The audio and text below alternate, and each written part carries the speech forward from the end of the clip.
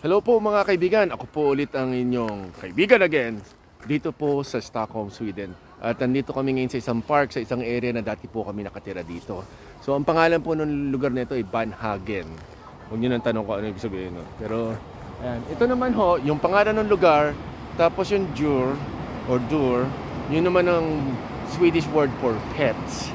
So park po ito na makikita niya, park. Medyo malaki siya. Lahat po kasi ng sabagin na natin barangay dito, may park.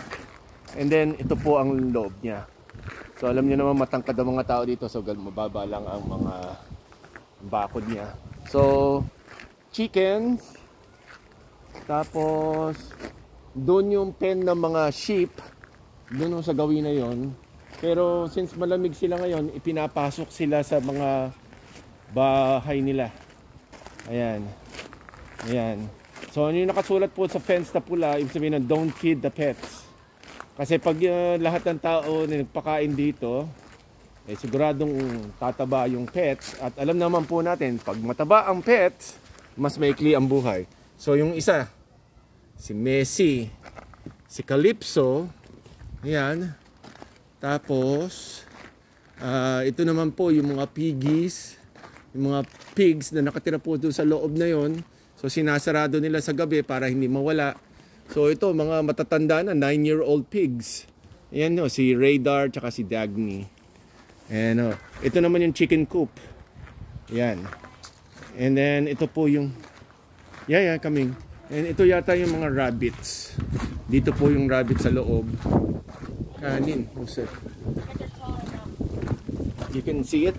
No, it's like a tiptoe. Ayun. So makikita nyo kung mali. Ayan. Ayan yung mga chicken. So, But I'm short. yeah. So, yan natin. Sandali po. So mga alas 5 na yata ng hapon. So, ang labasan po kasi sa trabaho dito mga 4. So kasabay lang namin yung rush hour. And then paikli na ngayon ang araw. So mas madilim na ngayon. At the moment po it's 3 degrees above zero po dito, Celsius. And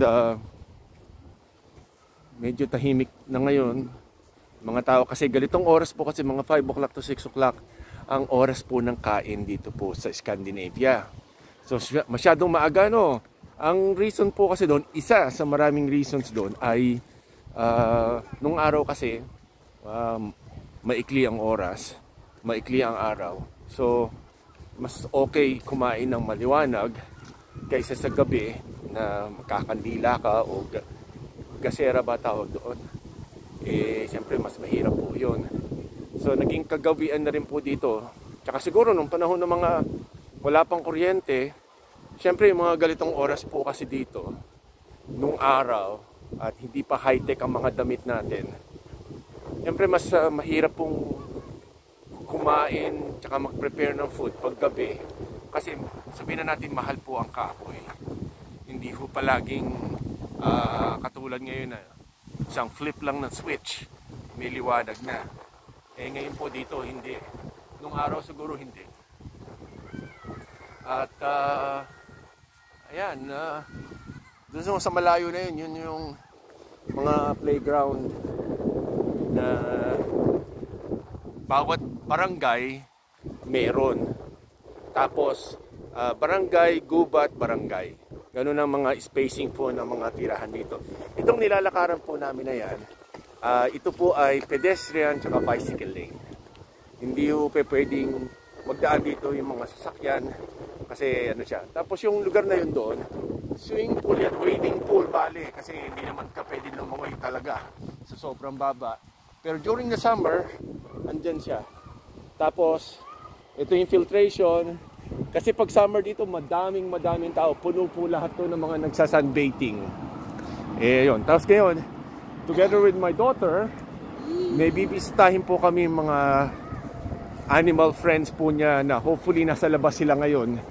Kasi po nung dati, in that direction, malapit lang yung eskwelahan ng daughter ko dito. And she spent roughly 3 years of her first 3 years in Sweden. Diyan po sa school neto and also in this area. Maganda po kasi itong lugar na ito, malapit rin doon sa pinaka city center by subway. So okay siya. Kaya lang, ang pinakamahirap nga ho dito sa Sweden ay bahay. Kasi dumami ang tao, hindi pa rin ho nakakahabol yung construction, lalong-lalo na yung pricing. So, nung dati, ang mga teenagers dito, pagpalo ng 16, 17, pwede na magsarili. Tapos madaling makakuha ng bahay. Ngayon, napopurnada kasi mahirap makakita ng bahay. Yung mga nasa likuran ko po na yan, mga apartments po yan. At yung mga nakatira dyan, kahit umuupa, o yung iba kanila talaga, hanggang hindi ka namamatay, diyan ka. O kaya hindi ka nawawalan ng trabaho, diyan ka. So, yun ho ang siste dito sa Sweden. So kung meron ka na ng permanent housing, kahit umuupa ka lang, lalo na sa ganitong mga area, napakaganda. Kasi malapit sa lahat. Pero kung bagong dating ka katulad namin, hindi ka pa pwedeng mamili.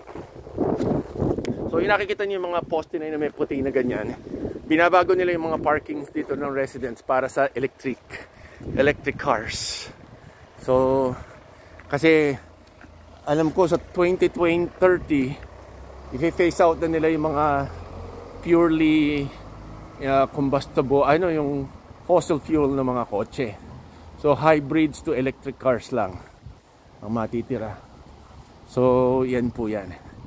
And then doon po yung school ni Maaya, a little there.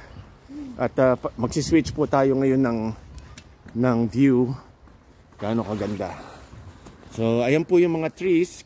Mag-autumn na kasi. So medyo sabihin na natin na bukod sa malamig, ito na yung isa sa pinakamagandang season kasi madali pa maglakad pero malamig, hindi masyadong mahirap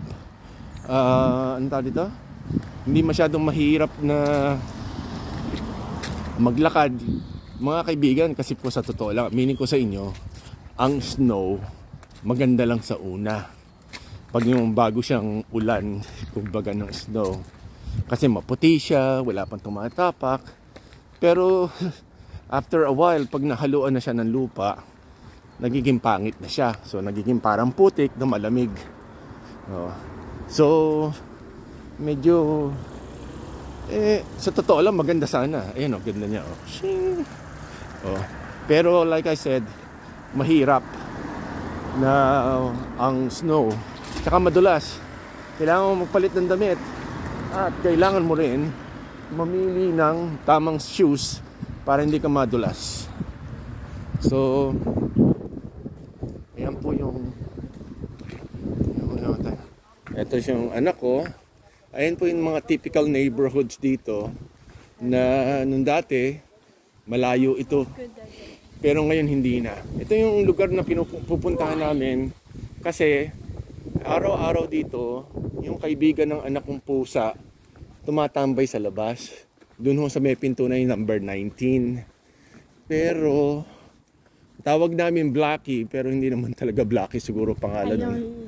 Tsaka meron pang isang kulay orange na Maaya, you try to call.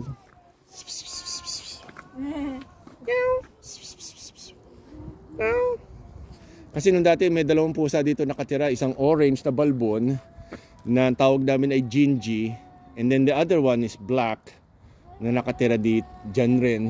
Magkakakilala yung mga yan Ayun, kasi minsan pinapayagan nilang lumabas, pero kadalasan hindi. Kasi dito sa mga areas na ito, kahit ito ay city ng Stockholm, meron pa ho nakatira dito mga foxes. Yung foxes po, yung sa totoo lang, ang kinakain ho nun kasi ay rabbits, yung mga usa na maliliit. Malaki ang problema po yun. Dahil pati ho ang problema, pati pusa kinakain yan. Ayan, tapos ito, mga halaman na ito, patapos na ito, tapos wala na. Ayan siya. Maganda yung halaman na yung kulay purple ang dahon. Ano? Ayan. Ito, hydrangea siya ito. Tas, yes, they're inside probably because it's cold. So, minsan lang kami magawi dito just to say hi to the cat. Pero, no, kasi mga pusa ho dito mababait, tsaka parang may mga personalities na alam nila, kilala nila kung sino yung mga mababait sa kanya. Ito po yung mga yan, basurahan po yan. So yung glass, yung may color glass, newspaper, tsaka yung mga nabubulok. So, kahit maganda weather ngayon, hindi namin nakita yung pusa. Which is sad. Kasi malayo ho tinitira namin dito. Pero sinadya namin kasi kailangan. Yun naman yun. Okay na. Okay. So like I said po, yan po yung mga bahay dito. Ngayon, kung mapupunan nyo kung bakit mabababa siya at hindi lumalampas sa isang particular floor. Kasi hanggang 4th floor lang siya palagi. Kasi pag merong 5th floor, compulsory po na may elevator. And maganda nga sana yung elevator. Ang problema po kasi elevator costs a lot of money to operate kasi electric po siya. So bawat beses na ginagamit yung elevator, gagastos ang building, syempre sisingilin ang mga nakatira. So dito sa Sweden, batas yun na kapag yung lumampas, hindi lalampas ng 4 floors, pwedeng dilagyan ng elevator. So ganun po ang ano niyan. So kami ngayon pupunta kami sa isang grocery store at yeah, ito yeah. I'm just letting you know, she said it's gone, even though it looks like it's there, but she said it's gone, like it's faded. So what it means? She just told me like, nah, I can use food.